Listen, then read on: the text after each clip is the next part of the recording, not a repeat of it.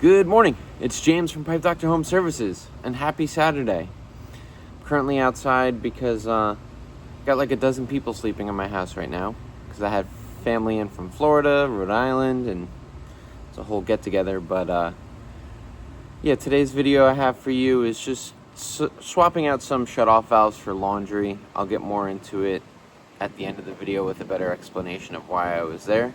But yeah, let me know what you guys think. I apologize for the frame rate with the black lines on the screen because of the LED lights. I'm trying to work on figuring out a better lighting solution.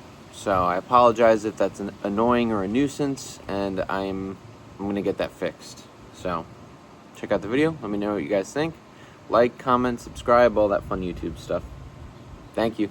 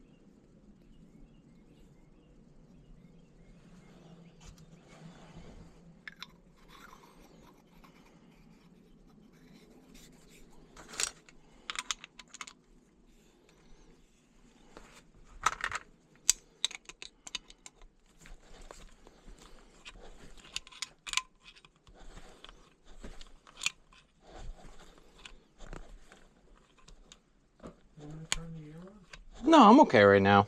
Yeah, thank you though.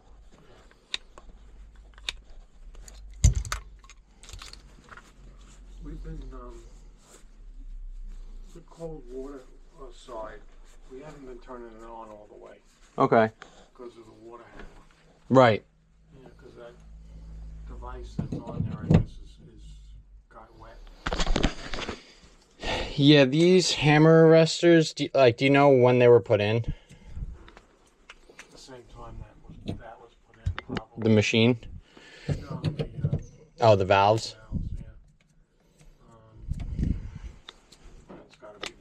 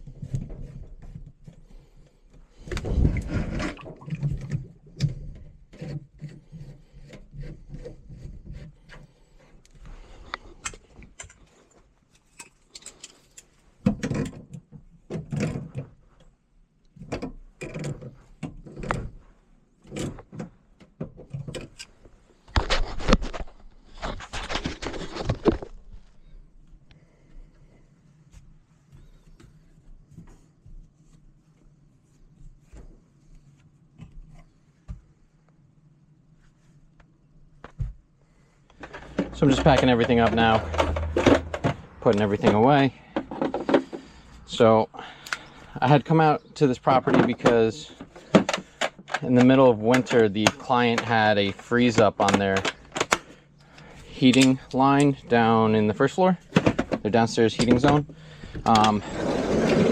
Mike was actually here and he put in saddle valves at different sections on the line to help determine where the freeze was, which is actually very brilliant to do it like that, because you know, you just put the saddle valve on and puncture the line, and then you know, you kind of know where you need to work with, what area you need to start thawing from.